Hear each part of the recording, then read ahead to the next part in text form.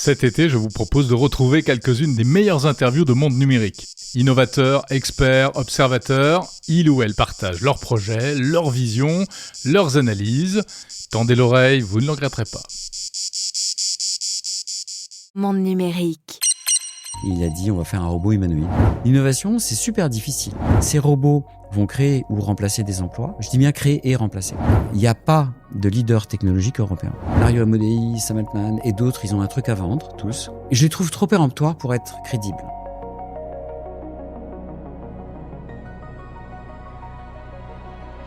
Ils ou elles sont ingénieurs, entrepreneurs, inventeurs. Quel est leur parcours? Quelles sont leurs motivations et quel est leur regard sur l'innovation technologique? C'est l'objet de cette émission et bienvenue dans ce nouveau numéro d'Innovateurs, un format long de Monde Numérique disponible en audio et en vidéo. Et mon invité du jour est un innovateur. Il est entrepreneur, manager, il a plein de casquettes. Salut Jean-Louis Constanza. Bonjour. Co-fondateur de la société Vandercraft qui est l'une des rares pépites start-up européennes qui fabrique des robots humanoïdes. Au départ exosquelettes et aujourd'hui robots, c'est bien ça? Ouais, c'est exactement ça. En fait, nous avons commencé à faire des exosquelettes parce que parmi les 3 cofondateurs, on est 2, Nicolas, Simon et moi-même, avec lui, son frère et moi, mon fils Oscar, qui ne marchent pas, qui ont perdu la marche. D'ailleurs avec la même pathologie génétique. Et tu vas justement nous raconter ça parce que c'est un élément très important dans la création de Vandercraft, hein, c'est ça. Mais avant, l'idée de cette émission, c'est aussi de faire un peu ton portrait, ton parcours pour comprendre donc ce qui motive les innovateurs comme toi. On va faire un petit flashback. Tu as commencé dans les télécoms, pas du tout dans les robots. Ouais, même avant, j'ai commencé dans l'aéronautique. C'était il y a longtemps. Et après, exactement, j'ai fait des télécoms, de l'internet, du haut débit, du mobile, toute l'épopée des télécoms à partir de 1993-14, les premiers navigateurs internet. C'est là qu'on s'est connus pour te dire. Ouais, le Minitel. À cette époque-là. Exactement. Notamment l'opérateur TEN, l'opérateur virtuel TEN, c'est ça? Ouais. Alors j'avais fait Télé 2 d'abord. Ouais. Enfin, j'avais contribué à faire Télé 2 en Europe, en Italie, en France, en Espagne, qui était un opérateur qui vendait de la voix, et ça existait à l'époque, du téléphone longue distance, puis de l'Internet, puis du mobile. Je suis sorti de Télé 2 pour faire un opérateur mobile qui était le premier opérateur mobile vraiment focalisé sur Internet. Donc à l'époque, c'était les messageries, c'était MSN et le mail, etc.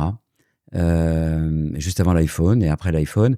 Et Orange a récupéré TEN très vite et m'a récupéré aussi puisque je suis allé chez Orange. Ouais, faire de l'innovation chez Orange, c'était une bonne aventure. Et j'ai en fait, lorsque j'étais chez Orange, mon fils Oscar m'a dit: papa, t'es ingénieur en robotique, pourquoi tu fais pas un robot pour m'aider à marcher? Et Oscar ne peut pas marcher. Ouais, voilà, il a une maladie qui fait qu'il a perdu la marche très jeune. J'en savais assez. Enfin, effectivement, j'avais une formation en robotique, mais c'était il y a longtemps. Je savais que juste assez pour savoir que la marche, c'était à l'époque, et ça reste une des choses les plus difficiles à faire en robotique. Ouais. Il n'y avait pas encore Boston Dynamics, il n'y avait pas encore Vandercraft. La marche, c'était un objet de laboratoire universitaire et de thèse, mais pas de réalisation. Et j'ai rencontré Nicolas Simon, qui est le fondateur, un peu et beaucoup même visionnaire, technologique, scientifique, polymathe, comme on dit en américain, c'est-à-dire qu'il connaît à peu près toutes les technologies. C'est en plus un formidable manager. Et je me suis dit, celui-là, il va y arriver. Donc, avec son ami Mathieu, qui sortait lui aussi, qui est lui aussi un très bon roboticien, un super leader. Lui est chef, Nicolas est visionnaire technologique. Et puis moi, je m'occupe des humanoïdes. J'ai fait plusieurs choses chez Vandercraft. Donc vous êtes 3 associés? Ouais, on est 3 cofondateurs. On est 150 maintenant dans l'entreprise. On va être plus bientôt.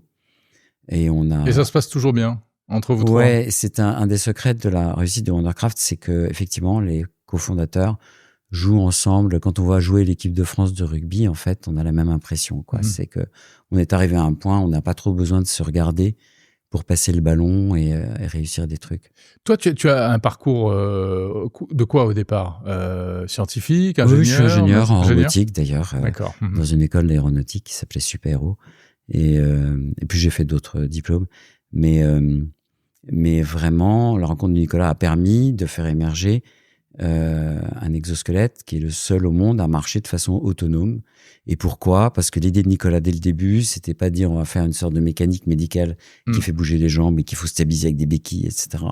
Et il a dit on va faire un robot humanoïde auto-équilibré qui marche tout seul et qui permet à la personne de parler avec la personne à qui il est dans la rue, de boire un verre avec quelqu'un sans penser, en fait, qu'il a un robot autour de lui. Voilà, c'est ça qu'il faut bien comprendre. C'est-à-dire qu'en fait, il y a pas mal d'exosquelettes qui sont des outils qui amplifient les mouvements ou qui les accompagnent, etc. Mais vous, c'est vraiment un truc qui est quasiment autonome, enfin, qui est motorisé. Voilà, qui se lève, qui marche, qui fait ce qu'on appelle la locomotion, en suivant les désirs de la personne de façon très simple, et qui est arrivé après 12 ans.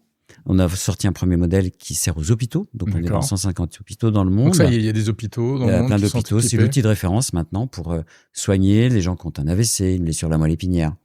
Et en parallèle, on développait l'exosquelette personnel qui va aller dans la rue avec des gens. Et voilà, en prime, le coup est parti. Il est remboursé aux États-Unis alors qu'il n'existe pas encore. Il est remboursé plein tarif par Medicare. Ouais. Donc c'est fou ça. Ouais, alors, c'est étonnant. Les États-Unis ou le pays où la santé est laissée de côté. Exactement. Pas dans ce cas-là en tout cas, et pas toujours. En fait, Medicare a décidé qu'il y aurait tellement d'économies sur les coûts de la santé parce que les gens vont être en meilleure santé. Et ils ont fait une évaluation rapide. Ils ont dit plutôt que de faire des analyses médicales pendant très longtemps et des études cliniques qui vont durer 5 ans, on va mettre ça sur le marché et on va mesurer en réel. Et j'attends avec impatience que les autorités européennes de santé fassent la même chose. Parce que pour l'instant, les exosquelettes, on va les vendre aux US à partir de... Alors, je ne crois pas que je puisse le dire, mais quand je dis très bientôt, les dernières fois qu'on s'est vu, je t'ai dit ça se compte en années. Ouais. Après, je t'ai dit ça se compte en mois et maintenant, ça se compte en semaines. On va déployer Eve, c'est son nom, aux États-Unis pour les personnes dans une certaine catégorie de lésions médulaires mais très large en fait. Hein, et on espère vendre des dizaines, puis des centaines, puis des milliers. Il n'y a pas d'équivalent de cet exosquelette? Non, les seuls, oui. Vous êtes les seuls à faire ce type de produit? En fait, il fallait que se rencontre une technologie robotique super avancée, à l'époque où l'IA ne permettait pas encore de faire bouger des robots, et des gens qui avaient vraiment une motivation très forte pour arriver à produire un objet aussi technologique pour un segment qui, finalement, ne concerne que quelques dizaines ou quelques millions de personnes dans le monde. Donc, c'était nous, forcément. 2 fondateurs avec leurs familles proches et des compétences qui matchaient. Mais là où Wondercraft a eu, je crois pas la chance, mais où la vision de Nicolas, qui était de faire un robot humanoïde pour faire marcher les gens, était tellement forte, c'est que quand on a sorti même notre premier exosquelette Atalante qui sert aux hôpitaux, on s'est dit, waouh, on est en 2021 et le premier robot humanoïde qui est sur le marché, qui est un produit commercial, c'est Atalante. C'était le nôtre. C'est un produit français. Un produit français. Et puis, c'est vraiment un robot humanoïde, sauf qu'il n'y a pas les bras. En fait, il n'y a pas le haut du corps, il n'y a pas les bras, il n'y a pas la tête, mais il y a les jambes.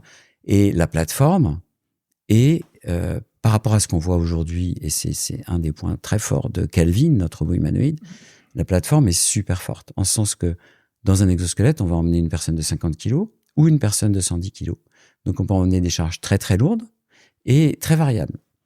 Et un exosquelette, on a vraiment envie, et les régulateurs aussi, et les patients aussi, qui ne tombent pas. Donc, on a une plateforme qui est très fiable. Si elle tombe en panne, elle tombe. Et qui est très stable. D'accord. Donc, elle est capable de porter des poids très lourds. Elle est très fiable. Et quand on arrive avec ce discours d'une plateforme qui a déjà 12 ans, qui a été éprouvée sur 50 millions de pas, avec 7000 patients, je crois, et qu'ils pensent à l'origine en se disant « j'ai pas intérêt à laisser tomber le truc que je suis en train de porter », on a un discours qui touche vraiment. On vous a vu pendant les Jeux Olympiques, hein, c'est ça, la cérémonie d'ouverture? Oui, et Thibaut, le frère de Nicolas, pour les Jeux Paralympiques. Kevin, notre pilote d'essai chez Wondercraft pour les Jeux Olympiques. Kevin, qui est un sportif de haut niveau d'ailleurs, puisqu'il est tennisman au niveau national, ont porté la flamme donc des 2 Jeux. Et ça a fait, effectivement, on a pu voir Eve, l'exosquelette personnel, a été vu par plus d'1 milliard de personnes. Oui. Et Oscar, il l'utilise? Et Oscar, il vient toutes les semaines marcher chez Wondercraft. Il va falloir que je trouve, il n'est pas remboursé en France, donc que je trouve le moyen de lui acheter un exosquelette, mais il faut mieux ça qu'une voiture, puisque c'est en gros le même prix. Et, combien ça coûte, un produit comme ça? Alors, aux États-Unis, il est remboursé $94 000. Donc, le prix de vente, c'est $94 000. D'accord. En Europe, en particulier parce qu'on va monter en volume aux États-Unis, donc faire baisser les coûts. Et en particulier aussi grâce à notre accord avec Renault, dont on parlera peut-être plus tard, parce qu'il est important pour nous. On va baisser les coûts de façon à baisser les prix le plus vite possible et pouvoir le vendre moins cher que ça, quoi. Ouais. Donc, robot humanoïde, et puis, exosquelette, et aujourd'hui, robot humanoïde qui occupe le plus clair de ton temps, hein, je crois. Oui. Donc, Calvin 40, c'est comme ça qu'il s'appelait quand il était donc présent. Calvin 40, c'est le premier. C'est le premier, parce que on a voulu fêter le fait que, en fait, je remonte un peu dans l'histoire. Ouais. Donc, on a cette idée de faire un robot humanoïde il y a 3 ans. On commence à travailler dessus. Vous avez l'exosquelette et vous vous dites, ça, on va aller vers l'humanoïde. C'est une plateforme à partir de laquelle on peut monter un humanoïde. Et il n'y avait pas encore... Tesla commençait à parler de l'humanoïde. Les Chinois bougeaient un petit peu. C'était vraiment l'émergence du marché. Et puis, on avance un peu. Et à ce moment-là, Renault vient nous voir, il y a 2 ans à peu près, en disant, en fait, on a envie de maîtriser cette technologie. C'était, de la part de Renault, c'était archi-visionnaire. Personne ne pensait encore à ça. Mais la maîtrise de la technologie te permet déjà de te fournir toi-même. C'est vrai à l'échelle d'une grande entreprise. Alors, il faut pas toujours fabriquer un objet dont on a besoin quand on est une entreprise. Mais là, c'est tellement stratégique. Et c'est vrai à l'échelle d'une entreprise et c'est vrai à l'échelle d'un pays ou d'un continent ou d'une union. Ceux qui n'auront pas de robots humanoïdes, qui n'auront pas la maîtrise de la technologie, la maîtrise de l'industrie, sont voués à être définitivement déclassés. Pourquoi ? Parce que ces robots vont créer ou remplacer des emplois. Je dis bien créer et remplacer. Et s'il faut payer 40 000 € à une entreprise chinoise pour aller remplacer un emploi dont j'ai plus le contrôle parce que c'est pas moi qui fais le robot, donc je peux pas dire ce que j'ai envie que le robot fasse. Alors je perds la contrôle de ma politique d'emploi et très largement de ma politique économique. Ouais, mais on peut quand même... par exemple, les robots humanoïdes chinois, aujourd'hui, sont exportés. Il y a même, on en fait venir en France, des Unitree ou autres. Et on les prend comme ça brut, on prend la machine et puis on leur met le software qu'on veut à l'intérieur. Oui, alors il n'y a pas un robot qui marche ni qui marchera dans les 12 mois qui viennent selon ce schéma-là. En plus, les robots Unitree qui sont fabuleux, hein, c'est une chouette boîte, ils ne portent pas des charges. Ils ne peuvent pas porter. Voilà. Ils dansent bien, mais ils portent rien. Oui, parce que en fait... alors, je reprends l'histoire de Calvin ou tu veux qu'on continue dans cet axe? Bon, alors revenons à Calvin. Ouais, donc l'histoire de Calvin. 40, parce qu'on l'a développé en 40 jours, ce qui prouve qu'on avait vraiment la plateforme. On a vraiment développé du 13 février de l'an dernier, 2025, à partir de Eve, qui est un exosquelette. Et 40 jours plus tard, on faisait la démonstration à Luca De Meo, qui était le président de Renault à l'époque. Et on portait des pneus. Donc, et il portait 40 kilos. Donc, 40, c'est à la fois les 40 jours et les 40 kilos. D'accord. Et les 40 kilos, c'est vraiment important. Parce que porter des charges lourdes en usine, c'est vraiment important. Pourquoi ? Les charges sont dimensionnées au maximum qu'un humain peut porter selon la réglementation. C'est pareil pour les bagages Air France, c'est 23 kilos. D'accord ? 23 ou 25 selon les pays. Et 25 kilos, pendant 8 heures, plusieurs fois par minute, je ne sais pas s'il y a un autre robot que Calvin sait le faire. Donc c'est une perf en fait. On est vraiment positionné en haut de gamme sur les robots costauds. Donc on a développé Calvin au fur et à mesure pour Renault, les différents cas d'usage chez Renault, et donc porter des pneus, porter des caisses. Il est en activité. Et Renault a montré, il y a le 10 mars, a montré une vidéo lors de son Investor Day, a montré une vidéo de Calvin qui porte les pneus dans l'usine de Douai en production, et alors qu'il porte 2 pneus à la fois, ce qu'un humain peut pas faire. Ce qui permet d'accélérer, de rattraper la cadence parce que le robot est un peu plus long que l'humain. Mais comme on en prend 2 à la fois, et c'est très spectaculaire parce que c'est 2 pneus de 21 pouces qui pèsent 14 kilos chacun. Donc on a 28 kilos, comme ça, 4 fois par minute, 2 fois par minute dans notre cas, et pendant 8 heures d'affilée. C'est vraiment le travail du robot pour les prochaines années. Prendre un job dangereux, parce que les gens restent très peu dans ces jobs-là. Ils font mal au dos. Pénible. Et c'est super pénible, c'est pas drôle du tout. Que ça soit des pneus, des pièces métalliques, des caisses, etc. Prendre un job dangereux, pénible, et améliorer au passage la productivité et ne plus avoir de risque humain dans les usines. Mais alors tu dis il tient plusieurs heures, mais on sait qu'un robot, il faut lui changer ses batteries, il faut le recharger. il chauffe aussi. En fait, c'est une machine en Ouais, mouvement, exactement, ça chauffe, il non? chauffe, ouais. Alors, changer les batteries, on le fait pas encore parce que c'est pas super utile, mais notre bloc batterie est devant ou derrière le corps du robot. D'accord. Et nos exosquelettes ont déjà des batteries swappables, c'est-à-dire on peut retirer la batterie, en mettre une autre. Ok. Et donc, il n'y a rien de plus simple, en fait, que de changer les batteries. Le robot change ses batteries ou on lui change Il le ses fait batteries. lui-même. Bah, parmi toutes les tâches que fait le robot, Ouais. honnêtement, ça sera la plus simple, quoi. Et comme toujours, on le repousse dans le calendrier. D'accord. Parce que on sait qu'il faut 3 ingénieurs, 3 mois, et on le fera le moment venu. Donc les batteries sont vraiment pas un problème. Il y a d'autres questions de stratégie, de souveraineté, de contrôle de la chaîne de valeur. On peut en parler si tu veux. Mm-hmm. Et le robot chauffe, donc il faut effectivement. Je vais pas encore dire quoi faire, mais il faut gérer cet échauffement des moteurs. Ouais. Toutes les machines chauffent, donc toutes les machines ont un refroidissement. Que ce soit un PC, il y a un ventilateur ou un refroidissement liquide, une voiture, un avion. Ouais. On a vu lors de la course qui a eu lieu il y a pas longtemps, on leur met des glaçons dans le dos exactement pour refroidir. Oui, on n'y pense pas spontanément. Ouais, alors ça, c'est parce que c'est un marathon. On va pas s'amuser à mettre des glaçons dans le dos d'un robot industriel ou d'un robot qu'on aura à la maison.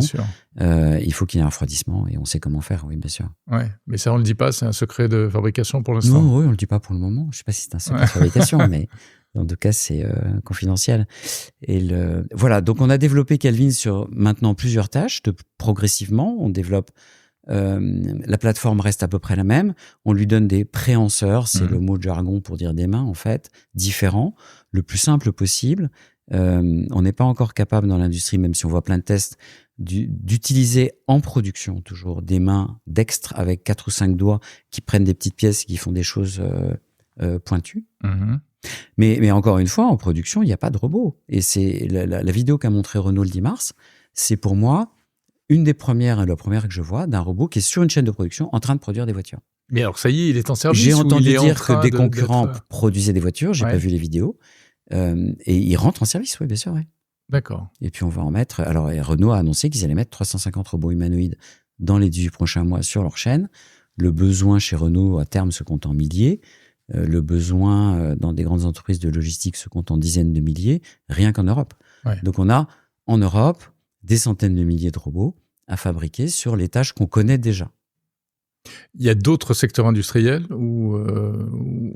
tous, en fait. Où il est implanté. Tous. Où il est en test, oui. Dans la logistique. Beaucoup logistique. Beaucoup équipementiers automobiles. Mm-hmm. Et de plus en plus, des industries diversifiées qui viennent nous voir et avec qui on prévoit de faire des tests. Dès que, en fait, on a une tâche difficile de manipulation, enfin difficile parce que pénible, de manipulation relativement simple, dans des chaînes ou dans des usines diversifiées. Donc, en fait, votre robot, votre particularité, c'est vraiment d'avoir fait une baraque, quoi. Ouais, c'est une baraque. Un truc qui peut porter, transporter, bouger, etc. C'est ça notre positionnement. Il peut aussi pas porter, le petit robot avec des petites mains délicates qui va la plupart, porter le café ou autre. On m'a proposé de distribuer un robot chinois qui coûte cher et qui fait partie des robots les plus connus et qui porte 8 kilos. C'est son max. C'est son max. Ouais. Et il est pourtant très lourd et cher. Voilà, c'est l'héritage. En fait, c'est un tour magnifique de l'histoire que des personnes qui ne peuvent pas marcher retrouvent la marche grâce à une plateforme robotique qui évolue pour déjà aller chercher toutes les tâches dangereuses, etc. Et nous, notre point d'arrivée, c'est de servir à nouveau les personnes qui ne peuvent pas marcher parce que souvent, elles ne peuvent pas aussi faire des tâches à la maison, au travail, etc. Et elles ont besoin d'aidants. Des aidants, 3 heures, 4 heures d'aidants pour toutes les personnes tétraparétiques, par exemple, qui ont les bras faibles, mais toutes les personnes âgées qui sont encore en forme, mais qui perdent de l'autonomie parce qu'elles deviennent faibles des mains et des bras. Et donc, elles ont du mal à faire la cuisine, à porter leurs courses, à utiliser la douche, etc. Et ça, c'est, pour le coup, un marché colossal. 100 de millions de robots à faire entre l'Europe et les États-Unis seulement. 100 de millions. Très difficile à faire. On en est encore très loin. C'est quoi la difficulté ? Qu'est-ce qui est le plus délicat ? Je vois 2 choses. Pour être utile à la maison, un robot doit être fort. Parce qu'un jour, on va lui demander de bouger le frigo. de porter les courses, mais surtout de soulever un humain pour aider une personne âgée à sortir de sa douche, à sortir de son bain, à se lever, quelqu'un à se lever de son lit, à transférer sur son fauteuil roulant. Il faut à peu près la force d'un humain. Et on n'y est pas encore, même nous. Oui, et donc, parce que 40 kilos, c'est bien. Mais alors qu'on imagine à la maison un robot plutôt fin.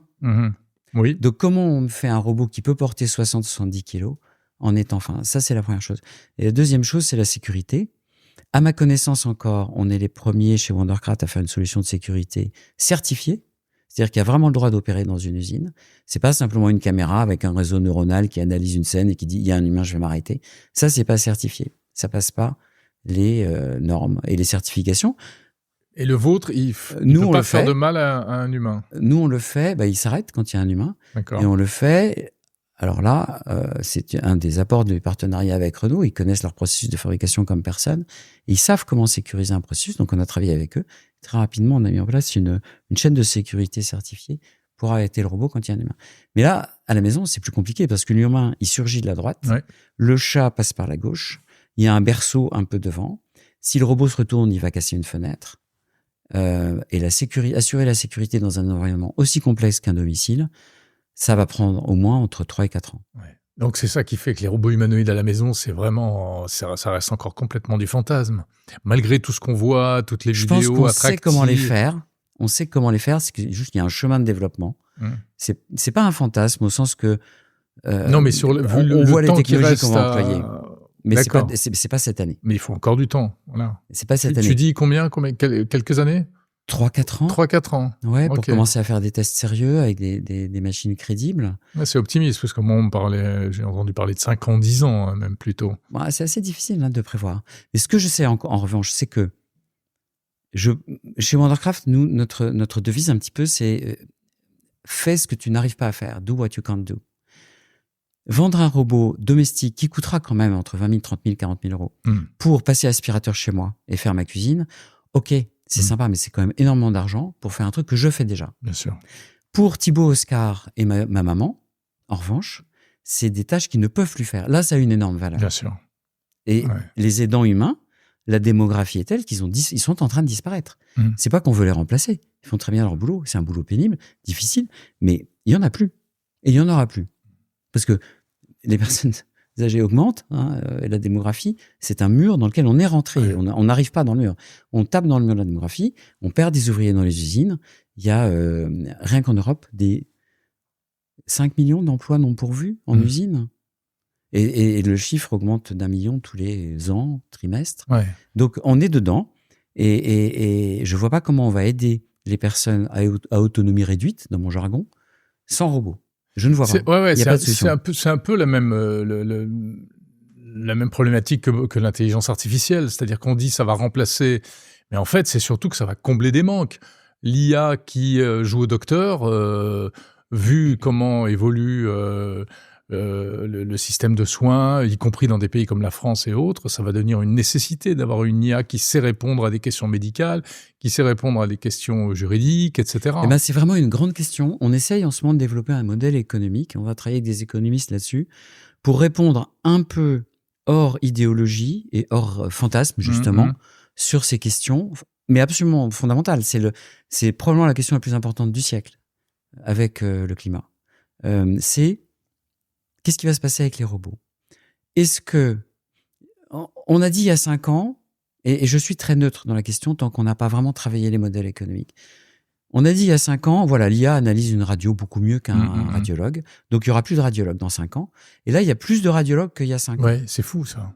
Ouais. On a dit, il y a 2 ans, on a commencé à dire l'IA va tuer les métiers juridiques parce qu'elle est incroyablement rapide et compétente. Il y a plus de juristes.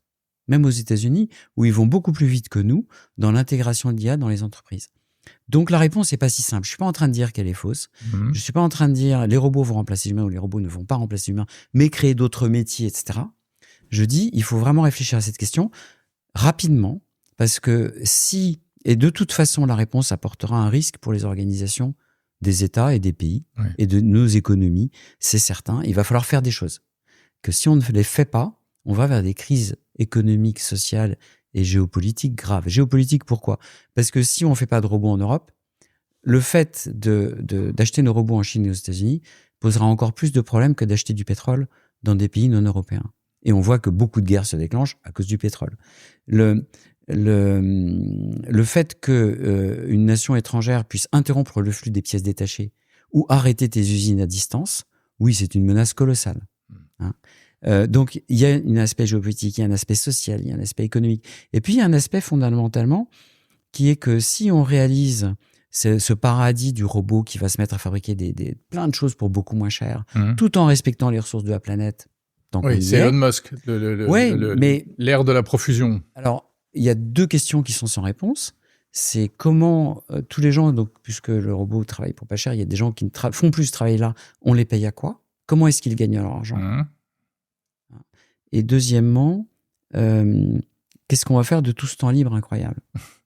L'histoire montre on va concevoir d'autres robots. Ouais, mais l'histoire montre que dans la masse, nous, je dis pas les gens, je dis nous, parce que je suis le premier concerné, on va plutôt se mettre devant Netflix ou la version IA de GTA. Plutôt que de se mettre à la peinture comme Picasso. Plutôt que de se mettre à la peinture, à faire de la musique, à aller à la pêche et à parcourir les forêts.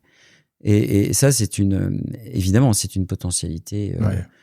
Donc voilà, l'ensemble de ces facteurs, en tout cas sur le plan économique, après les aspects philosophiques, on les laissera à des philosophes, mais doit être analysé rapidement. Je pense que c'est pas si compliqué que ça à analyser, de faire des hypothèses pour que les administrations, les États, les partis politiques, tout ce que tu veux, prennent en compte cette révolution auprès de laquelle l'imprimerie, ça sera juste un petit chaos sur la route, quoi. Mais est-ce que tu as l'impression que cette réalité est prise en compte aujourd'hui? Non, pas du tout. C'est pas une découverte. Elle n'est même pas comprise et elle n'est même pas connue. Vous vous sentez soutenu, reconnu, encouragé chez Vandercraft? Avec les moyens qu'a le pays, notre pays, la France, pas mal. Pas mal. Ouais. BPI France a été là à tous les carrefours, donc avec des aides qui étaient relativement petites sur le plan financier, mais qui nous ont permis de franchir des étapes clés. En plus, ils sont rentrés à notre capital. Et avoir à son capital un opérateur qui est depuis 12 ans avec nous, ça fait un témoin de moralité. Donc, quand un investisseur vient, il dit « Ah, quand même, ils ont dû délivrer des résultats, quoi. » D'accord. C'est des gens qui doivent faire ce qu'ils disent, puisque BPI est toujours là. Donc, le BPI est précieux. On attend un certain nombre de décisions, mais il faut voir des instances étatiques pour nous apporter un petit peu d'aide. En même temps, une entreprise va pas vivre des aides d'État, ça c'est mortel, il faut surtout pas ça, mais il faut faire venir des investisseurs sur la base de ce que peut apporter. Le problème, c'est qu'en France et en Europe, on a une ambition qui est très réduite, et que là où des Américains vont mettre 500 millions ou 1 milliard dans une entreprise, nous on va mettre 10 fois moins. Oui. Le résultat de ça, c'est que la tech européenne a raté tous ses virages depuis 40 ans. Tous. Mais tous. On a raté tous les virages technologiques. On continue. À part Mistral. Et peut-être Vandercraft. Et Mistral, c'est pas gagné en plus. Non, et Vandercraft non plus. Mais en fait, on est au niveau. On est dans la course, en fait. Ouais. Il n'y a pas de leader technologique européen. Il y a ASML et SAP. Si tu retires ASML et SAP, l'ensemble de la technologie européenne, toute la technologie européenne, high-tech, vaut 50 fois moins que les 8 premiers Américains. 50 fois moins. Donc, on n'est pas là. La robotique, c'est il y en a peut-être 2 ou 3 autres. Peut-être qu'il y a la fusion, peut-être qu'il y a l'espace. Mais même dans ces 2 domaines, je suis pas sûr que les moyens soient à hauteur. La robotique, c'est le dernier train. Parce qu'après, les robots vont fabriquer les trucs. Ouais, tu vois, c'est ça. Il y a des équivalents de vos robots ailleurs en Europe, dans d'autres pays d'Europe? Alors, il y a une entreprise au Royaume-Uni qui s'appelle Humanoid, par exemple, des anciennes Google, qui ont pas tout notre historique et toute notre plateforme, notre expérience de hardware, en fait, et du software intermédiaire qui contrôle le hardware. Et puis, voilà, c'est assez désertique, en fait. Donc, on a quelques champions. Il y en a peut-être en Allemagne, il y en a peut-être en Italie en émergence. Et tu dis peut-être, c'est-à-dire qu'en fait, ils sont encore très jeunes, donc il n'y a pas encore de déploiement. D'accord. Nous, on a la chance d'avoir déployé des outils et maintenant on déploie des robots. Déployer, c'est vraiment le terme clé. Si on veut les données, tout le monde dit les données, c'est génial. Si on veut des données, il faut avoir déployé un robot dans une usine ou dans un lieu de production quel qu'il soit. Pour qu'il apprenne. Les autres données, elles valent 10 fois moins. Parce que c'est des données synthétiques qu'on met dans un simulateur. C'est des données on nous fait imiter la tâche par un humain. Mais quand on met le robot qui est formé comme ça, qui a été entraîné comme ça, devant une tâche, il y a encore des mois de travail. Donc ça suffit pas. On peut pas avoir des mois de travail. Quand on ouvre la boîte du robot, il doit dire, tiens, c'est un pneu, je vais le porter. Et c'est ça qu'on pense être, sur quoi on pense être assez en avance dans un certain nombre de tâches, c'est qu'on est déjà déployé depuis un moment. Et comment Par contre, l'industrie européenne, elle, tu vois, elle n'est pas en retard. Les clients, ils ont tout autant besoin de robots et ils sont tout autant là à nous appeler que les clients américains nous appellent. D'accord. Donc, on est dans un cas où il y a un besoin super clair, et une demande qui est très exigeante et qui sait exactement ce qu'elle veut, à commencer par Renault. Et qu'est-ce qui manque ? Des entreprises et du financement, quoi, pour fournir. Ouais. Et sur la donnée, comment vous faites pour collecter, générer cette donnée, justement ? Parce que tu dis, chez Renault, quand Kelvin est arrivé, il ne savait pas faire grand-chose, finalement. Il savait quand même pas trop mal porter son pneu. Ouais, il savait déjà porter un pneu. Kelvin a commencé avec un pneu, donc c'est assez légendaire, le pneu chez nous. Okay. Et c'est d'ailleurs la tâche que Renault a montrée lors de son Investor Day. On voit Kelvin, on voit Thierry Charvet, qui est le patron de toute la production chez Renault, qui présente Kelvin, qui dit d'ailleurs qu'il va acheter 350 robots de ce type, ce qui est plutôt une bonne nouvelle pour nous. Ouais. Et Kelvin, il prend pas le pneu un par un, il les prend deux par deux, c'est assez spectaculaire. Et ça montre bien que les robots vont pouvoir justement porter deux caisses à la fois, faire des tâches plus lourdes encore que les humains. Et puis, si le robot se casse, c'est Mais pour passer les pneus aux caisses, par exemple, là, il faut qu'il apprenne. Oui, alors le temps d'apprentissage est de plus en plus court parce que les modèles sont de plus en plus intelligents. Donc, nous, on a un objectif de, oh là là, ça va être du jargon, mais de clustériser des cas d'usage. C'est-à-dire que progressivement, on peut pas porter une caisse, on peut porter toutes les caisses. Mon robot, il a appris à porter toutes les caisses. Donc, il sait reconnaître la caisse, savoir comment il va la prendre, comprendre très vite combien elle pèse avant même de l'avoir vraiment soulevée, savoir où il doit la mettre, etc. Et à ce moment-là, on a ce Graal qui va arriver dans quelques mois, du 0 day. C'est-à-dire, j'ai pas 6 mois d'entraînement, 4 mois d'entraînement, 3 mois d'entraînement. Et on va le faire cas d'usage par cas d'usage, progressivement, en suivant les besoins des clients, en fait. Et on pense que c'est un des credos qu'on a chez Honda Craft, c'est la généralisation, c'est-à-dire la capacité du robot à faire de plus en plus de tâches, voire toutes, parce qu'il devient très intelligent. J'aime pas trop les métaphores comme intelligence, etc. La généralisation va venir du déploiement et non pas dans l'autre sens que font beaucoup de nos concurrents. On va faire un robot général pour pouvoir le déployer. On croit beaucoup plus à l'apprentissage un peu darwinien, pas à pas, tâche après tâche, qui permet au robot d'avoir une capacité à généraliser d'ici quelques années. Bon alors, lâche-toi Jean-Louis, qu'est-ce que tu penses des robots américains ou chinois qu'on voit essentiellement en vidéo, qui certains courent, d'autres portent le café, d'autres... c'est quoi ? C'est de la com, c'est du bullshit, c'est super, ils sont beaux ces robots, ils sont... c'est d'abord des entreprises qui ont du temps, parce que en fait, faire le marathon, à quoi ça sert ? Immédiatement, là, comme ça. Bien sûr, on montre qu'on a des capacités formidables, des compétences... à condition de ne pas s'écrouler sur la ligne de départ. Ouais, mais bon, il y en a un qui est tombé, mais les autres, ils arrivent bien, ils courent plus vite que les humains. Il faut leur mettre des glaçons dans le dos, mais c'est normal, c'est un peu de la performance. Ah oui, ils ont fait mieux que les humains. 50 minutes, je crois, pour un semi. Ils ont 5 ou 6 minutes d'avance. Non, c'est très bien, mais... Nous, ça nous intéresse pas. Si on a quelqu'un qui peut faire le marathon, on va plutôt lui faire un nouveau cas d'usage dans une usine ou commencer à travailler sur le robot qui va aider les humains à la maison. Je vois pas la priorité et ça va. On pourrait dire oui, mais ça fait avancer la performance. Je suis pas sûr. Donc c'est quoi ? C'est de la communication ? C'est de l'affichage ? Ça peut être. Je sais pas. Et on n'a pas passé énormément de temps même à deviner pourquoi. Ça peut être quand même pour rechercher une meilleure performance sur les plateformes qu'ils utilisent. Généralement, c'est des plateformes plus légères et moins puissantes que les nôtres. Donc, ça se transvase pas vraiment. On va pas faire courir Kelvin. Il faut c'est comme un marathonien. Il est fin. Il est puissant, fin et endurant. Nous, c'est un boxeur ou un catcheur. Donc, c'est un joueur de sumo presque. Donc, il va faire autre chose. C'est peut-être aussi comment attirer les meilleurs talents en faisant des trucs spectaculaires. Et en Chine en particulier, il doit y avoir certainement une course au talent.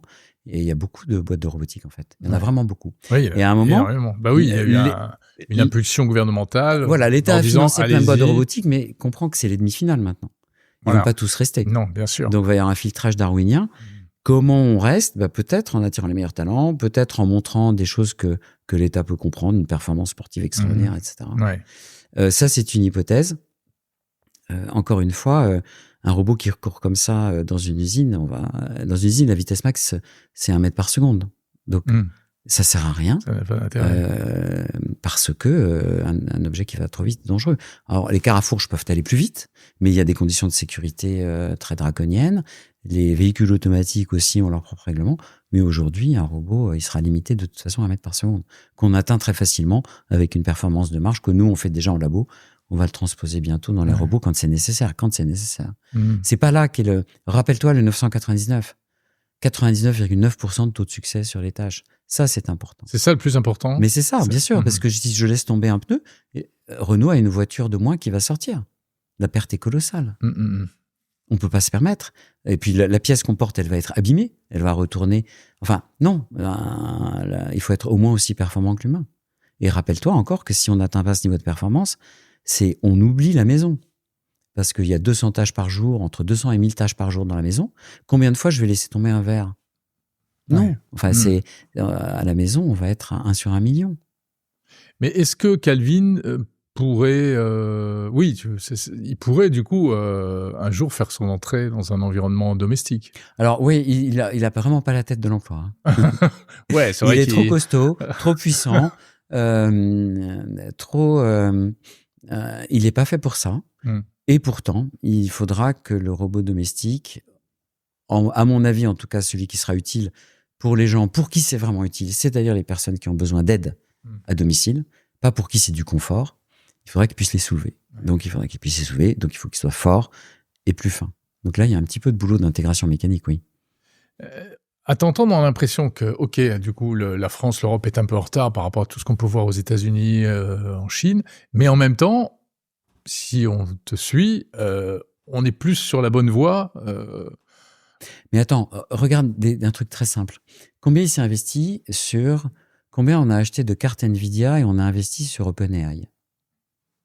Beaucoup. 600 milliards? Non, ils en sont à combien de levée de fonds? J'ai même plus les chiffres en tête. Des centaines de milliards. Anthropic, des dizaines de milliards.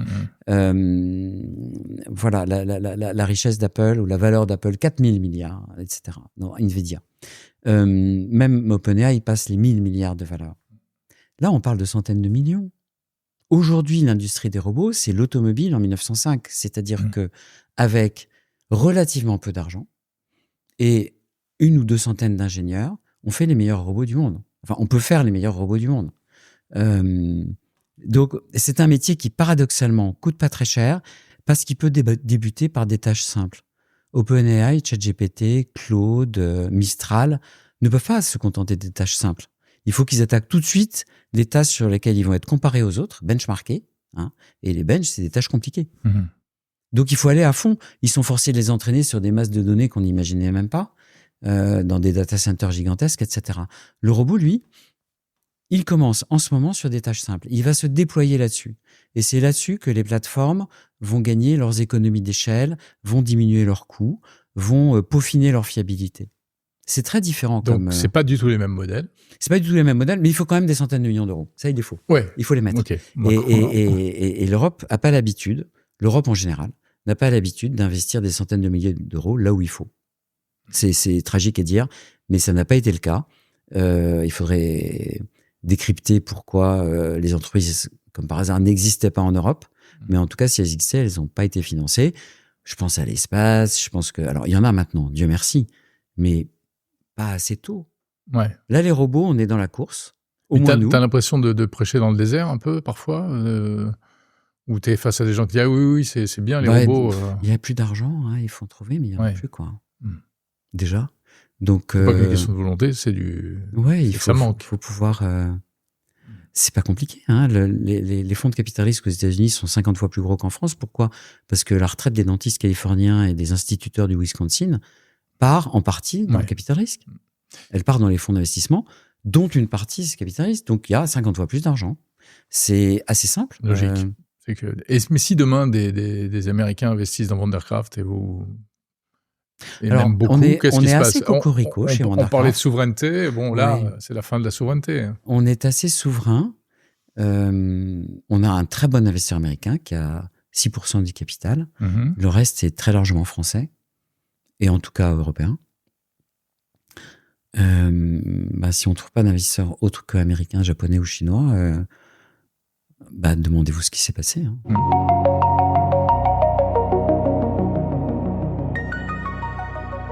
Jean-Louis, on va passer un peu à une deuxième partie de cette émission, en laissant cette question-là en suspens.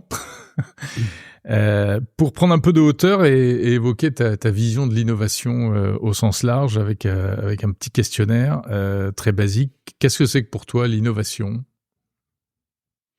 L'innovation, c'est d'apporter aux gens quelque chose qui est très utile et qu'ils ne connaissaient pas, en gros, ou qu'ils n'ont jamais vu, et qui leur paraît magique. C'est pas de moi, c'est de Arthur C. Clarke. Ouais. Hein. Toute technologie suffisamment avancée n'est pas discernable de la magie. Et donc, Richard Feynman a ajouté, toute technologie qu'on peut discerner facilement de la magie n'est pas suffisamment avancée. C'est vrai qu'un écran d'iPhone, au moment où il est arrivé, c'était magique. Un robot humanoïde qui fait une tâche dans une usine, ça pose plein de questions, c'est un peu magique. Le haut débit, c'était un peu magique. D'un seul coup, on avait la télé sur le téléphone. Enfin, c'était fou. C'est ce qui surprend, sur un mobile. En fait. Ouais, on comprend pas très bien comment c'est arrivé. Donc, c'est l'innovation. Alors après, il y a l'innovation qu'on appelle incrémentale, qui est plus douce, puis il y a l'innovation qu'on voit pas, mais qui peut être magique dans des process de fabrication. L'innovation du produit. Tu as un exemple en tête ? Mettre un robot humanoïde dans une usine pour remplacer des tâches où les gens tombent malades au bout de 4 mois. Ça, c'est de la magie et on la verra jamais. Il faut rentrer dans l'usine. Donc, il y a plusieurs éléments dans cette réponse. D'abord, c'est apporter à des gens. Donc, il y a une vieille distinction entre l'invention et l'innovation. Ouais. L'innovation, c'est super difficile. C'est pas l'invention. C'est de faire de l'invention quelque chose qui est largement diffusé. C'est ça l'innovation, qui change la vie des gens. Un petit peu. Ou beaucoup. Donc, l'innovation, c'est ça. Voilà. C'est... l'imprimerie, c'était magique. Les gens qui savaient lire, qui étaient souvent des ecclésiastiques en 1465, quand ils ont vu l'imprimerie, ils ont vu des risques, ils ont pas vu les bombes d'ailleurs, ils ont vu un truc où il y a une lettre célèbre de quelqu'un qui sera pape plus tard et qui dit c'est génial, on va pouvoir lire sans lunettes. Mais non, c'est génial, sauf que ça va créer la réforme puisqu'on va imprimer des bibles et qui va casser ton histoire, ton histoire à toi, quoi. Ça va provoquer le chaos. Donc, c'est très difficile. Deuxième caractéristique de l'innovation, c'est très difficile de voir au travers. Elle arrive, même quand on est en train de la fabriquer. Même Gutenberg, il n'avait pas vu ce qu'il allait faire. Et c'est très difficile de prédire ce qui va se passer. C'est pour ça que c'est très difficile de répondre à la question de savoir si on aura plus d'emplois ou moins d'emplois. Ouais, voilà, exactement. Et ceux qui croient ça, c'est la savoir, question du moment. Ceux qui croient savoir, ils se trompent parce qu'ils ne peuvent pas le savoir. Il va se créer des usages. Oui, ils en créent toujours, mais on ne sait pas. En fait, ce que ça va donner. Et c'est pour ça, je reviens sur cette histoire de modèle économique de ce qui va se passer avec les robots. Il faut prévoir des hypothèses et, si possible, planifier pour la plus dangereuse. Au pire, ça va passer. Mais si ça passe pas, il faut vraiment se préparer. Est-ce que les gens comme toi qui innovent, qui sont au cœur de ces mouvements-là, sont les mieux placés pour envisager ce qui va se passer ? On a vu dans l'IA, par exemple Dario Amodei, Sam Altman, etc., ont un discours très alarmiste en disant ça va remplacer tant d'emplois, ça va faire ceci, ça va faire cela. Et il y avait un post sur X il y a quelque temps de Yann Lequin, le français, qui dit mais ne croyez pas tous ces gens-là, ils n'en savent rien. Croyez plutôt tel ou tel économiste, tel prospectiviste, etc. Qu'est-ce que tu en penses ? Je serais encore plus sévère que Yann Lequin. Je pense que Dario Amodei, Sam Altman et d'autres, ils ont un truc à vendre, tous. Ouais. Et où ils ont des préjugés qu'ils ont créés. Et je les trouve trop péremptoires pour être crédibles. Parce que, encore une fois, beaucoup d'innovateurs, des grands innovateurs, n'ont pas prévu ce qui allait se passer. Et ils ont essayé. Donc, je suis pas sûr... je suis certain d'une chose, c'est que essayer de prédire ce qui va se passer après une innovation sans les gens qui la font, c'est juste une plaisanterie, ça ne marchera pas. Donc, simplement parce qu'on a... Même un bon économiste, même un économiste qui est dénué d'une idéologie qui lui donnerait des préjugés, il y en a beaucoup encore, qui sont des vrais scientifiques de l'économie pure, il a besoin de connaître la roadmap. Il a besoin de savoir de quoi sera le robot. Oui, il a besoin d'avoir les mains de quoi sera capable le robot à un instant T. Et il a besoin donc de le faire avec quelqu'un qui fait des robots et qui est capable de ne pas avoir quelque chose à vendre ce jour-là, au moins. Au moins pour faire le modèle. Ouais. Donc, qu'est-ce que le robot sera capable de faire? À quel prix?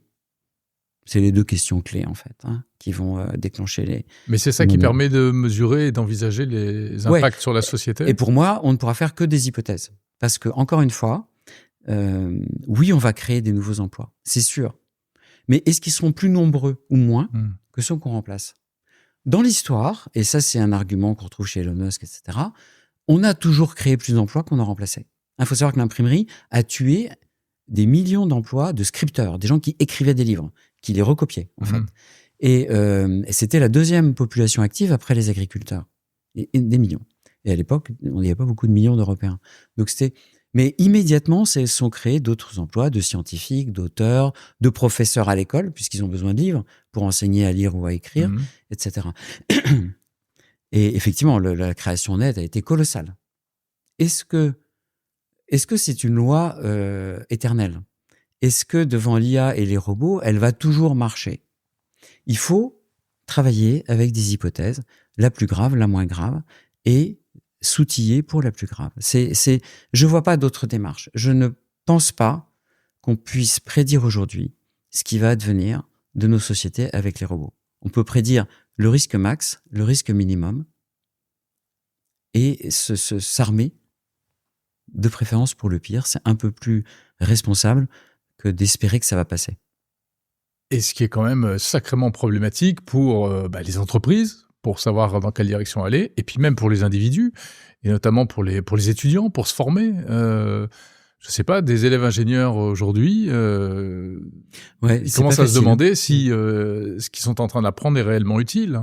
Ouais, c'est pas facile, parce qu'évidemment, alors sur n'importe quel réseau social, il y a des centaines de posts par jour sur voilà les métiers qui vont perdurer, voilà ceux qui vont pas perdurer. Voilà. Ok, super. On y croit. Il y a des métiers où c'est assez évident. On dit souvent le plombier. C'est vrai que le plombier, c'est assez compliqué. Faire un robot plombier, c'est compliqué parce qu'il faut suivre le tuyau dans le mur. Il y a plein de gestes. Et il y a beaucoup de gestes différents et inventifs. Ouais, un plombier ou un dentiste. Alors, je veux pas du tout comparer. Mes parents étaient dentistes, donc je suis très respectueux des dentistes. C'est des gestes un peu inventifs. On va créer une nouvelle petite méthode à chaque fois. Ouais, moi, je suis très admiratif des dentistes. Et ce sont des professions où on va créer des gestes nouveaux à chaque fois. Parce que la situation est légèrement différente. Ça, c'est pas facile pour le robot. Donc peut-être, oui, dans 20 ans, mais pas maintenant.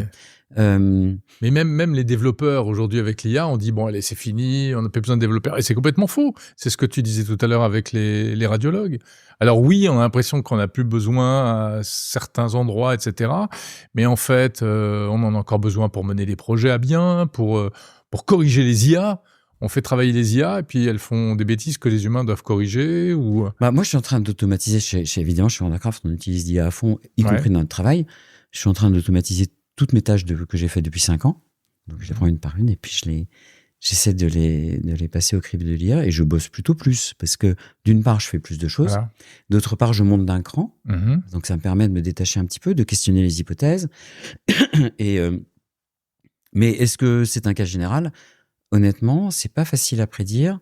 La qualité des IA plafonne un peu, je pense. Les langages modèles, les modèles de langage, donc les IA dont on parle en général, on entend plein de gens dire ça y est, dans 3 mois, c'est l'AGI, AGI, c'est l'intelligence générale, c'est-à-dire aussi intelligente qu'un humain. Il y en a qui disent mais elle est déjà là. D'autres disent elle est déjà là. D'abord, cette histoire est complètement débile. C'est scandaleux de parler comme ça, parce qu'un humain, moi-même, le matin, quand je me réveille, mon QI est à 50. Et après, je peux avoir un éclair de génie et et entre les humains, les intelligences sont très différentes. Les niveaux d'intelligence sont... Ça n'a aucun sens. Et ensuite, alors, on essaie d'avoir des définitions pour l'intelligence générale. On s'en fiche. Ce qu'on veut, c'est d'avoir des robots utiles. Donc, il va avoir leur intelligence de robot. Est-ce qu'elle va converger avec celle de l'humain ? Est-ce que les gens qui parlent de ça, je crois qu'Yann Lequin dit ça aussi, les gens qui parlent de ça utilisent des termes dont ils connaissent même pas le sens. Le robot doit avoir des émotions pour être intelligent. Alors déjà, on ne sait pas ce que c'est qu'une émotion chez nous. On ne sait pas du tout si un robot pourrait pas avoir des émotions ou un simulacre d'émotions. Et puis, on ne sait pas trop ce que veut dire intelligence et pourquoi on en aurait besoin. Parce que mon robot, il va aider à faire des tâches. Il va pas forcément avoir besoin d'être intelligent comme nous. J'aimerais bien qu'il soit intelligent comme un robot qui est utile. Ouais. Alors, justement, j'allais te demander quelle qualité faut-il pour innover, mais j'ai plutôt envie de te demander, finalement, pour toi, l'innovation, c'est plutôt faire quelque chose parce que c'est possible, on va essayer de le faire, ou bien toujours partir du pourquoi et de la fonction. J'ai longtemps réfléchi à cette question, mais je suis pas non plus un théoricien de l'innovation, ou en tout cas pas tout à fait. Et donc, je pense que l'innovation part souvent d'endroits différents. Il y a celui qui a un besoin et qui se trouve être au bon endroit. Typiquement, Nicolas Simon, il a besoin de faire marcher quelqu'un et il est un ingénieur très doué. Donc, c'est la conjonction de deux choses. Donc, il y a un croisement statistiquement plausible, hein, et ça se produit comme ça. Il y a celui qui est obsédé par une idée, Wernher von Braun, probablement Elon Musk, et qui va essayer de tout faire pour mettre en place du haut de la chaîne, en bas de la chaîne, ce qu'il faut pour que ça marche. Les deux exemples sont dans l'espace, mais on peut parler des gens qui ont créé les premières automobiles aussi. Il y a celui qui veut un peu tout ça, mais il veut mettre du beau. Alors du bien ou du beau. Steve Jobs, il voulait mettre du beau. Hein, il voulait mettre du goût et du beau. C'est deux mots très importants pour lui. Le goût est un truc qui est très à la mode dans l'IA. Il va falloir que l'IA ait du goût. Je suis pas sûr. C'est quoi le goût dans l'IA ? Je suis pas sûr de savoir exactement ce que ça veut dire, mais je connais la définition de Steve Jobs sur le goût. C'est des idées originales et de la culture. D'accord. Il parlait de Microsoft dans une magnifique vidéo. Il parle de Microsoft, il dit c'est super Microsoft, mais c'est très cruel cette vidéo. Mais le seul problème de Microsoft, c'est que ils n'ont pas d'idée originale et ils mettent pas de culture dans leurs produits. Donc ils n'ont pas de goût. Ils n'ont pas de goût. Cela dit, Microsoft les valeurs d'Apple et de Microsoft, donc probablement leur utilité sociale, sont à peu près les mêmes. Donc les deux chemins étaient possibles en fait. Ouais. Et Microsoft n'est pas forcément un très grand innovateur, quoique de temps en temps. Apple était un très grand innovateur, ça c'est sûr. Le redeviendra peut-être. Voilà, il y a des chemins différents. Il y a plusieurs chemins qui mènent à la maison de mon maître, comme disait. Et si on revient donc savoir d'où ça part, c'est pas évident. En revanche, les ingrédients, il y en a qui sont assez connus. Le premier, c'est la résilience. Je n'aime pas ce mot. La résistance, la volonté, la force de volonté. Parce que du début à la fin, on va dire que c'est pas possible, que c'est pas souhaitable, que c'est pas utile, que c'est pas bien. Tout le temps. Tout le temps. Ça commence par c'est pas possible. Après, on dit c'est pas possible, mais ça sert à rien. Après, oui, ça sert à quelque chose, mais c'est pas souhaitable, en général. Où on prend un air cynique et supérieur en disant mais tout ça c'est des enfantillages. L'industrie européenne de l'espace par rapport aux fusées récupérables par exemple, que j'ai entendu de mes oreilles dans des dîners, on dit tout ça c'est assez français ça, mais on le retrouve partout. De dire que les fusées récupérables c'est de l'enfantillage. Oui, plus généralement le cynisme arrogant. Ouais. Mais là on n'est plus dans l'innovation. Est-ce que c'est pas le problème des grandes entreprises, des très grands groupes? C'était un peu l'objet du livre, là, le dilemme de l'innovateur, c'est que les grosses boîtes ne peuvent plus innover. Toi, tu as travaillé dans quand même un groupe relativement important. J'ai fait un peu de tout, et c'est vrai que l'innovation, en fait, une grande boîte, elle a passé des années à régler tous les process pour délivrer le même produit de façon avec une très bonne qualité. Une bonne pub, un produit qui marche, elle va pas se remettre en question, elle va pas s'auto-ubériser Et donc, elle est réglée pour ça. Elle est pas du tout réglée pour écouter une fille super brillante, mais on comprend pas très bien ce qu'elle dit, ou un garçon qui arrive avec une nouvelle idée et qui casse en partie, alors non seulement le process de l'entreprise, mais les positions acquises par les managers. Et voilà. Forcément. C'est Kodak qui invente la photo numérique et qui ne la développe pas et qui court à sa perte. C'est un des exemples les plus... il y a des entreprises qui savent se gérer comme des entreprises innovantes. Il y a des cas très célèbres depuis des décennies, comme Gore-Tex, par exemple, qui est un cas à Harvard et à l'INSEAD que j'avais fait là-bas. Il y a Apple était vraiment une entreprise d'innovation à l'époque Jobs, et peut-être que maintenant ils innovent beaucoup dans le process, parce qu'il faut quand même se rappeler que certes ils n'ont pas sorti l'iPhone depuis 2007, parce que c'est le même depuis 2007, mais ils font les meilleurs processeurs du monde. Ouais. Utilisés aujourd'hui pour l'IA. Mais maintenant, on peut faire tourner un modèle complet sur un Mac mini ou un MacBook Air. Ouais. Mon fils a acheté Oscar qui fait de l'IA, justement. Il va rentrer dans un master. Il a acheté un MacBook Air avec la puce M5. On peut pas dire que c'est pas de l'innovation. C'est Apple qui la design, sa puce. Donc, c'est d'une puissance extraordinaire. Donc, ils ont peut-être choisi d'innover ailleurs et ça marche aussi très bien. Ouais. Donc, l'innovation, il faut énormément de résistance. Et il faut quand même garder... Alors, on dit garder cette idée, machin, mais aussi, il faut savoir pas faire d'erreur au fur et à mesure C'est la chance de Wondercraft, c'est que, en partie avec Nicolas Simon et toute l'équipe qu'il a recrutée, on a fait les bons choix techniques au fur et à mesure. Et certains de ces choix techniques sont forcément un peu révolutionnaire. Je repense à Elon Musk. Il a vraiment... Alors, tout le monde dit, oui, mais c'est pas lui, c'est un autre ingénieur, etc. Je n'en sais rien. Mais il a vraiment cassé... Par exemple, le moteur de fusée, c'est le même depuis le V2, en gros. Et il est, comme on dit maintenant, il est parti des premiers principes. Il est remonté en haut de la chaîne pour dire comment on peut faire beaucoup mieux, beaucoup plus simple, beaucoup moins cher. Ben, il est arrivé quand même. Ouais. Alors, on peut critiquer autant qu'on veut, mais il est arrivé. Donc t'es plutôt, ton modèle, enfin, si ton texte soit, tu as un modèle, mais c'était plutôt Elon Musk ou Tim Cook? Oh, je sais pas. Justement, je crois que le définition d'un innovateur, c'est qu'il n'y a pas de modèle, quoi. Surtout, il va pas s'embêter à avoir un modèle. Il ou elle va avoir une idée, peut-être parce qu'il y a un truc à améliorer dans la société, dans les produits. Ça peut être dans un shampoing comme dans une fusée spatiale. Il ou elle va changer la manière de faire et pas seulement changer les produits, forcément. Et pour ça, il faut bien s'entourer. Il faut pas trop écouter les gens, mais il faut quand même être drôlement à l'écoute des utilisateurs. Manque de bol, les utilisateurs, c'est la vieille histoire. Quand on demande à mon arrière-grand-père qu'est-ce qu'il veut pour labourer son champ, il va jamais dire un tracteur, il va dire un deuxième cheval. Oui. Et forcément, parce qu'il peut pas se projeter dans le tracteur. Bien sûr. Et donc, l'innovateur, il n'a pas de point d'appui. S'il fait une étude de marché, il est cuit. C'est pour ça que c'était interdit chez Apple à l'époque de Jobs. Enfin, soi-disant interdit, mais que c'est quand même pas la méthode de recherche. Mais si on n'écoute pas les clients, on est cuit aussi. Il y a quand même toujours un côté bricoleur chez l'innovateur. C'est-à-dire, faut trouver un chemin là où il n'y en a pas, dans toutes ces questions. Comment je vais produire industriellement? Qu'est-ce que les gens vont vouloir? Pourquoi mon truc va finir par pas coûter trop cher, etc. Et puis à la fin, il y en a un ou une qui réussit, mais il faut savoir qu'il y en a 20 qui se sont plantés en route, quoi. C'est darwinien aussi. Une décision dont tu es le plus fier? Je sais pas si j'ai pris une décision dont je suis très fier. Je vois tous les jours dans l'équipe de Wondercraft des ingénieurs, soit des leads, soit vraiment des ingénieurs, même pas seniors, qui prennent des décisions qui changent le destin de la boîte. C'est pas seulement Nicolas, et c'est assez souvent. Et ça caractérise une entreprise innovante. C'est qu'il y a beaucoup de gens qui prennent des décisions, qui engagent pas mal l'entreprise et qui sont bonnes. Sinon, la boîte est morte, quoi. Mais... Et je peux donner plein d'exemples sur ces dernières années. Comment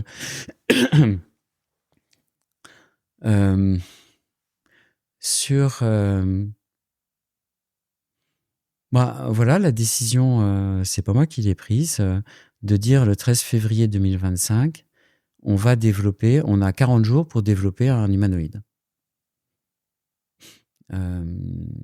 Ça a été plus une décision collective, mais je vois bien la personne qui l'a prise. C'était super engageant parce qu'on avait vraiment autre chose à faire. On était en train de pousser Eve, l'exosquelette personnel, qui est aussi un produit super important pour nous, parce qu'on va en vendre des milliers, voire des dizaines de milliers, et de le faire approuver par la FDA. Et donc, on a mis une partie significative de l'équipe sur ce développement, qui eux, eux-mêmes, ont pris des choix au cours d'une nuit de travail qui ont fait que ça a marché. Moi, c'est ces décisions-là que je respecte. Les grandes décisions, j'y crois pas trop. Je crois beaucoup aux choix qui font qu'à la fin, on se dit « Waouh, on a fait un chemin qui était vraiment le bon. » Alors, il y en a peut-être un autre de bon, mais on ne saura jamais. Mais on voit très bien comment on serait planté. Alors, à l'inverse, est-ce qu'il y a une décision que tu regrettes?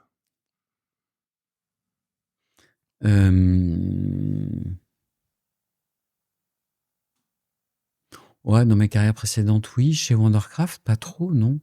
On a on a remarquablement évité les grosses erreurs, je pense, et toujours délivré ce qu'on devait délivrer à nos clients, à nos investisseurs.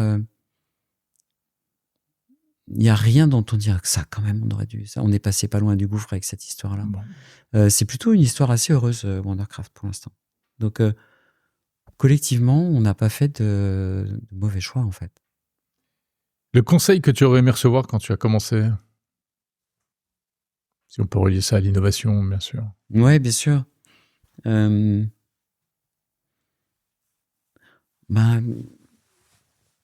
Va à Poudlard, achète une boule de cristal et tu sauras ce qui se vendra dans 10 ans. Ça serait pas mal. Et je fais une incidente, mais j'essaierai de répondre au texte tout à l'heure. Le visionnaire, celui qu'on appelle le visionnaire ou la visionnaire, c'est pas quelqu'un qui est assis là à côté de toi et qui tend son doigt majestueux en disant le futur est comme ça. Ça marche jamais. C'est pas Sam Altman, quoi. Non, c'est... je sais pas mais c'est quelqu'un qui vit dans le futur, le visionnaire. Ouais. Il y est déjà. C'est Elon Musk. Il se demande, mais les gars, pourquoi vous n'êtes pas avec moi? Et il est capable, ou elle est capable, de retracer le chemin qui l'a amené là. C'est ça, être visionnaire. C'est quelqu'un qui est les pieds dans la boue à dire, mais comment on va faire dans le détail pour arriver de là à là? Et ce point, je le connais parce que j'y suis, en fait. Je comprends très bien.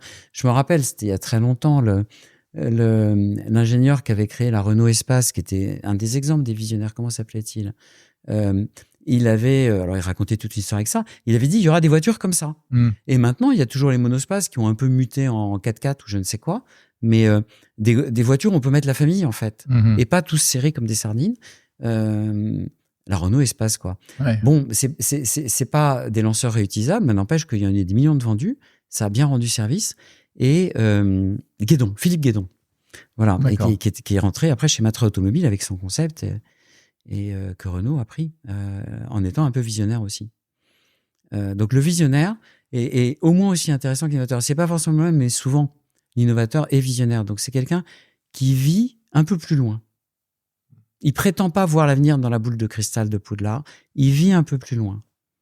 Et il se dit, OK, je vais assembler 3 bouts de ficelle. Il faut que j'arrive à faire ce produit. Donc il faut que j'invente une nouvelle technologie pour faire les moteurs des robots, par exemple. Il faut que je mette tout ça en place pour tirer mon chemin. C'est vraiment, Musk, Jobs, etc. Mais même dans la vie de tous les jours, on en rencontre. Et chez Wondercraft, on est comme ça. On est capable de dire, là, il va falloir maîtriser les moteurs. Là, il faut développer tel type de logiciel parce que leur histoire d'imitation learning, ça va pas marcher pour mes tâches ou c'est pas utile, etc. Voilà, l'innovateur est visionnaire. Ça, c'est une réponse à la question. Maintenant, l'autre question, c'était...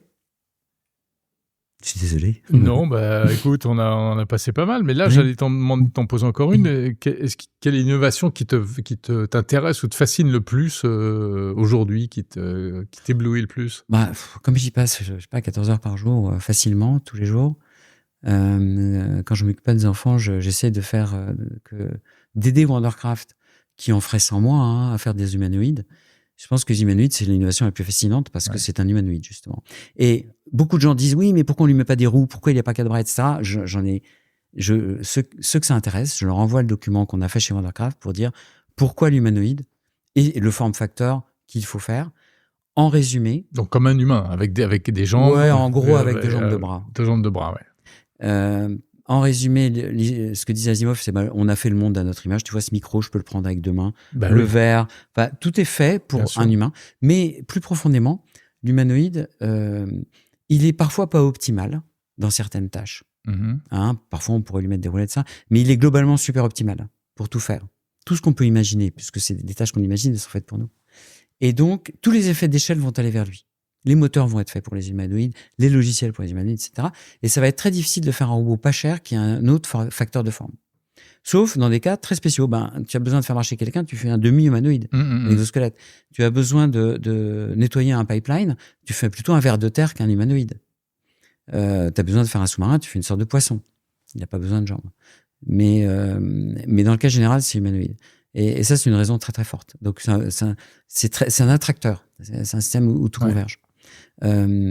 C'était un gadget, c'était un produit de science-fiction, et c'est aujourd'hui le Graal, quoi. Ça n'a jamais été un produit de science-fiction. C'est un peu quand même, le robot ce que je désignais comme le manque d'ambition, arrogance cynique qu'on peut avoir en Europe et pas dans d'autres pays. où on a considéré ça comme un produit de science-fiction. Le raisonnement qui conduit à dire oui, tu peux mettre des roues à tes robots, mais il va basculer dès qu'il prend une charge lourde, ou alors tu lui fais une base très large, mais il peut plus prendre la charge lourde, ou elle est très loin, donc elle le fait basculer. Et quand il tourne très vite avec l'inertie de cette charge lourde, il va basculer. Par exemple, c'est très très rationnel le choix de l'humanoïde. C'est pas du tout un fantasme appliqué, mais ça l'était déjà pour Asimov. Je sais pas si c'était pour Léonard de Vinci qui a créé le premier robot humanoïde. Mais ça fait longtemps qu'on y réfléchit et que c'est pas de la rigolade, quoi. Non, je dis pas que c'était. Mais c'est pas un fantasme. C'est une réalité. Non, c'était un fantasme au sens où on l'imaginait, mais on ne le voyait pas du tout apparaître. Oui.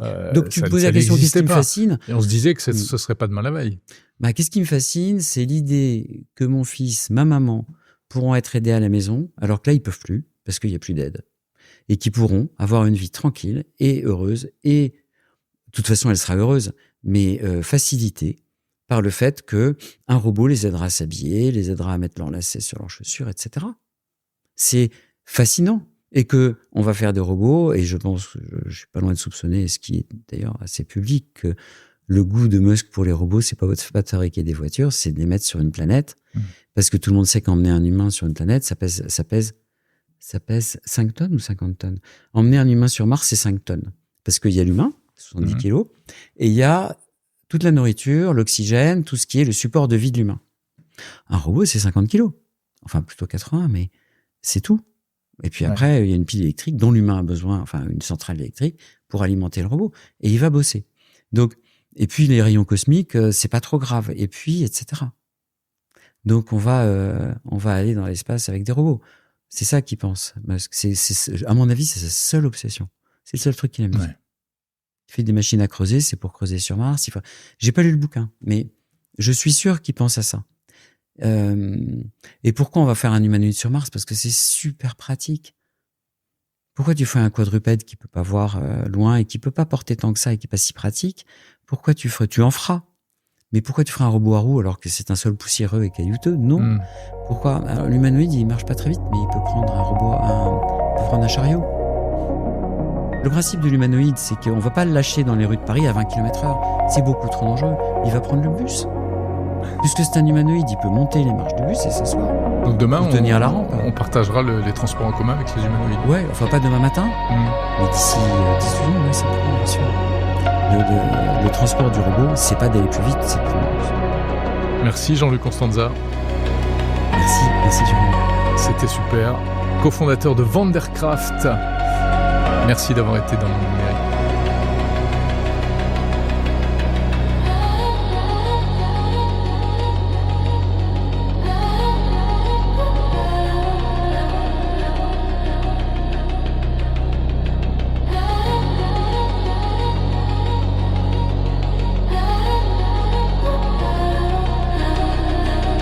Innovateur, la série qui s'intéresse à ceux qui font véritablement l'innovation. Retrouvez les autres épisodes de cette série sur le fil du podcast Monde Numérique et aussi sur la chaîne YouTube de Monde Numérique et sur le site mondenumérique.info.